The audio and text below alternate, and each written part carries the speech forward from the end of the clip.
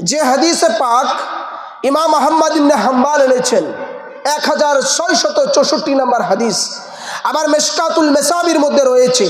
আল্লাহর নবী বলেছেন, মান সাল্লা আলাইকা সাল্লাইতু আলাইহি ওয়া সাল্লামা আলাইকা সাল্লামতু আলাইহি।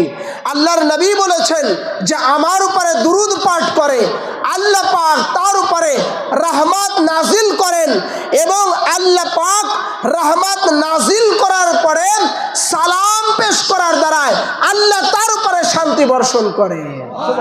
এই জন্য মিলাদের মাহফিল যেখানে হয়, মিলাদে মুস্তফা যেখানে হয়, মিলাদে মুস্তফার আয়োজন যেখানে হয়, ওই জায়গাতে ফেরেশতারা বেষ্টন করে রাখে এবং ওই জায়গাতে আল্লাহর ফেরেশতারা তাদের জন্য মাগফিরাতের দোয়া করতে থাকে।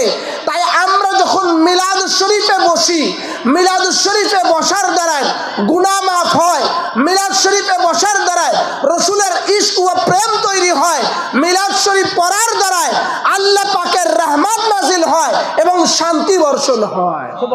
এই জন্য আশেকে রাসূলরা বাড়িতে একটা ঘর দিলে মিলাদের আয়োজন করে, একটা দোকান দিলে মিলাদের আয়োজন করে, একটা ভালো কাজ করলে মিলাদের আয়োজন করে।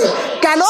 আল্লাহর রহমত আর বরকত নাজিল হয় এই রহমত পাওয়ার জন্য।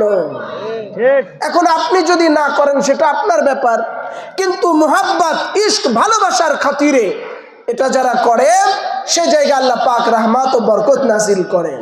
শুধু তাই নয়,